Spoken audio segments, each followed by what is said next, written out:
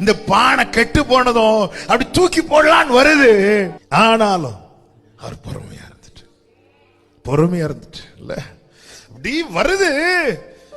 ஆனாலும் அநாதி ஸ்நேகத்தால தூக்கி போடலான்னு வருது. ஆனால் அநாதி ஸ்நேகத்தால் உன்னை நேசிச்சிட்டேன்பா.